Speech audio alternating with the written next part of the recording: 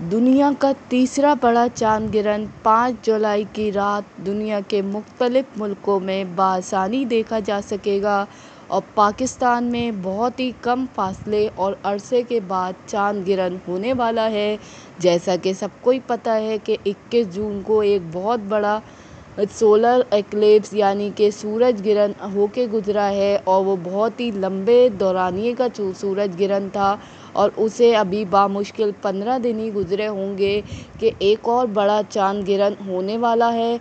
और लेकिन बात यह है कि पाकिस्तान में क्योंकि सुबह होगी तो ये पाकिस्तान में वाज़े तौर पर नहीं देखा जा सकेगा, लेकिन इसका मतलब हरगिज़ ये नहीं है कि इसके असरात पाकिस्तान या दूसरे एशियाई मुल्कों में नहीं होंगे। असरात सूरज ग्रहण या चांद ग्रहण किसी भी मुल्क में हो दुनिया के, इसके असरात पूरी दुनिया पे पड़ते हैं। आज की वीडियो में हम आपको पूरी डिटेल में बताएंगे कि क्या दुआएं पढ़ी जाएं, क्या वजीफ़े किए जाएं, क्या नमाज़ें पढ़ी जाएं और इसका दौरानिया क्या होगा और किन किन मुल्कों में ये देखा जा सकेगा। थोड़ी हिस्ट्री पे भी नज़र डालेंगे और 2020 पे क्या क्या होने वाला है और मज़ीद क्या ख़तरनाक चीज़ें आगे होने वाली हैं, सब कुछ आपको बताएंगे। लेकिन उससे पहले please subscribe our channel and like this video as well. So let's started. So सबसे पहले हम आपको इसका दौरानिया बताते हैं। पाकिस्तान में इसका दौरानिया रात सुबह 8:07 से शुरू होगा और इसका जो पीक टाइम है यानी कि उरूज जो होगा 9:29 होगा और इसका इख्तिताम 10:52 पे होगा, इख्तिताम होगा। लेकिन इस दौरान आपने बहुत सारी दुआएं पढ़नी हैं। उससे पहले हम बता देते हैं ताकि पूरे इन डिटेल आपको बताएं दुआएं कि किन किन मुल्कों में ये देखा जा सकेगा। सबसे पहले ये यूएसए पे देखा जा सकेगा, यूके में, France, Algeria, Cuba, Brazil, Morocco, Argentina, South Africa, Paris, Chile, Spain और कनाडा में वाज़े तौर पर देखा जा सकेगा। अब हमने करना क्या है, हमने इस चांद गिरहण के पूरे अरसे के दौरान जैसे ही चांद गिरहण शुरू हो उस वक्त फौरी तौर पे हमें पूरी तवज्जो से नमाज की तरफ राग़िब हो जाना है और कसरत से इस्तग़फ़ार पढ़ना है और दुआएं करनी हैं। और उसके बाद हमने करना ये है कि नमाज़ खसूफ़ पढ़नी है। खे सीन वाव फे खसूफ़, काफ सीन वाव फे नहीं, वो सूरज ग्रहण में पढ़ी जाती है। खसूफ़ खे सीन वाव फे वाली नमाज़ हमने पढ़नी है। जिसको तरीका नहीं पता वो हमारी पिछले वीडियोस में भी देख सकते हैं। हम आपको थोड़ा सा ब्रीफ कर देते हैं। या इस वीडियो में भी आपने 2 रकात नमाज़ पढ़नी है। उसमें आपने पहली रकात में सूरह इखलास के बाद आपने पहली रकात जो है आपने थोड़ी लंबी पढ़नी है और उसमें पहली सूरत काफ़ी लंबी पढ़नी है। जो सबसे बड़ी सूरत आपको याद है वो पढ़ लीजिए। उसके बाद आपने रुकू में जाना है, थोड़ा लंबा क़याम करना है यहाँ पे। उसके बाद सिजदे में जाना है, उधर भी लंबा क़याम करना है। फिर इसी तरह बैठ के थोड़ा लंबा क़याम करना है। लेकिन कीप इन माइंड, याद रखिए इस बात को कि दूसरी रकात में आपने पहली रकात की निस्बत छोटी सूरत पढ़नी है, उससे थोड़ी छोटी सूरत पढ़नी है। उसके बाद इसी तरह हर जगह थोड़ा टाइम दे के नमाज़ पढ़नी है और आखिर में दुआ करनी है। और इसमें ख़ास तौर पे आपने इसके बाद पूरे इस टाइम फ्रेम में हासदीन से बचने की हम आपको एक दुआ बता रहे हैं, वो पढ़नी है पूरे इस टाइम फ्रेम में। सूरह कौसर आपने कसरत से पढ़नी है पूरे चांद गिरहण के दौरान और उसके बाद दुआ करनी है हासदीन से बचने के लिए। उसके बाद आपने जो है हम सदक़े का बता दें, आपने सदका जो देना है वो सफ़ेद कलर की चीज़ का देना है और यानी कि जो भी दें उसकी क्वांटिटी 2 के हिस्से में हो, यानी 2 किलो चावल दे दें या दूध दे दें या आटा दे दें या कपड़ा दे दें सफ़ेद या चीनी दे दें या नमक दे दें। अगर कुछ भी नहीं है तो 20 रुपये किसी को दे दें तो 2 का हिस्सा आपका पूरा हो जाएगा। उसके बाद आपने करना ये है कि सूरह कौसर का हमने बता दिया। उसके बाद ज़रा हम अजीब व गरीब वाक़यात बता दें कि क्या होने वाले हैं। 5 जुलाई के गिरहण के बाद बहुत ज़्यादा चीज़ें बहुत तेज़ी से बदलेंगी और अगले जो 3 महीने हैं वो बहुत ज़्यादा इम्पॉर्टेंट है और इसके बहुत ज़्यादा आपको असरात नज़र आएंगे और 30 जुलाई तक वाज़े तौर पे आपको चीज़ों में असरात नज़र आना हो चुकी होंगी बहुत सी चीज़ें, या बहुत सी चीज़ें शुरू होने वाली होंगी। ऐसी चीज़ें होंगी कि दुनिया पे इसके वाज़े तौर पर हर पर्व पे इसका असरात हमें नज़र आएगा। या तो जो है आप पूरी दुनिया में कोरोना वायरस की एक नई लहर वापस आ जाएगी, बहुत शिद्दत से आएगी, या फिर जो है एक नया वायरस नज़र आएगा, या कोई और बड़ा वाक़या नज़र आ रहा है। और उसके बाद हम बता दें कि आपके जो मिजाज है वो बहुत ज़्यादा नेगेटिव होगा, बहुत ज़्यादा नेगेटिव, चिड़चिड़ापन, गुस्सा आएगा, बहुत ज़्यादा जज्बातियत होगी हर फैसले में, और जो है हर बात में जल्दबाजी से फैसला करेंगे, और आपको अजीबोगरीब स्कैंडल्स नज़र आएंगे, बहुत ज़्यादा नज़र आएंगे, चाहे वो पॉलिटिकली हो या इंटरटेनमेंट में हो, कहीं भी दुनिया में अजीबोगरीब आपको स्कैंडल्स भी नज़र आएंगे।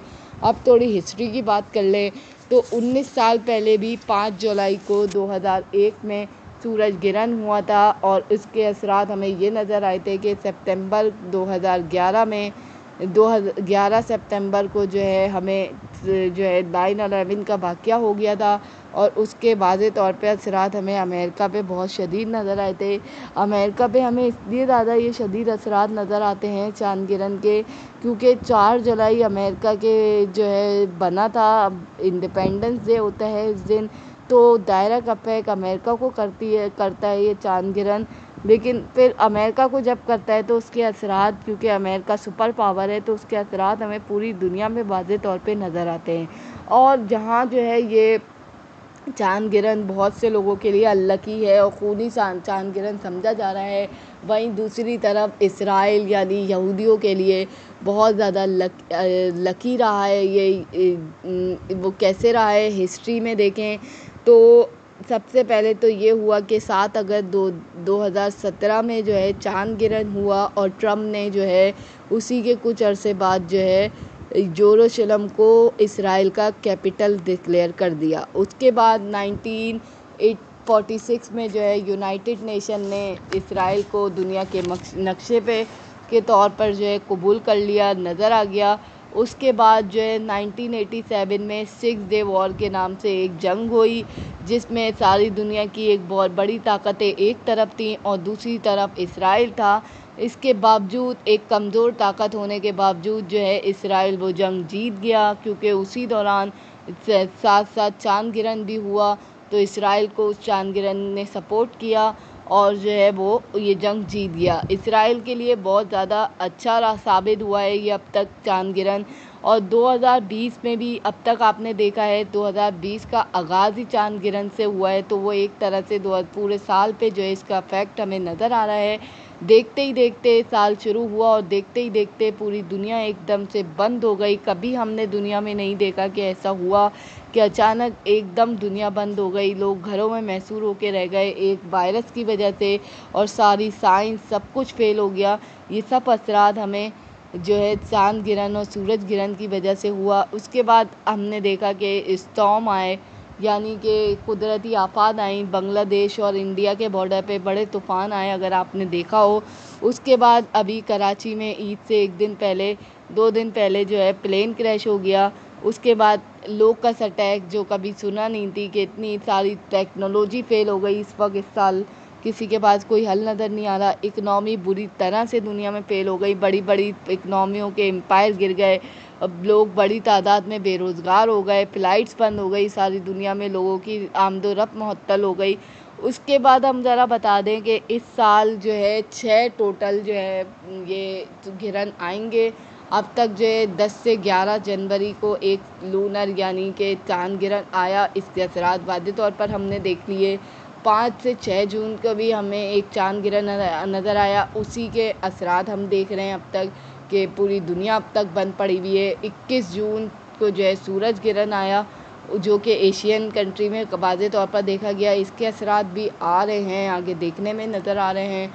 उसके बाद 4 से 5 जुलाई को आने वाला है, 2 दिन बाद इसके असरात कह रहे हैं बहुत ख़तरनाक होने वाले हैं, अल्लाह रहम करे। उसके बाद साल के इख्तिताम में 29 से 30 नवंबर को एक चाँद गिरन आ रहा है।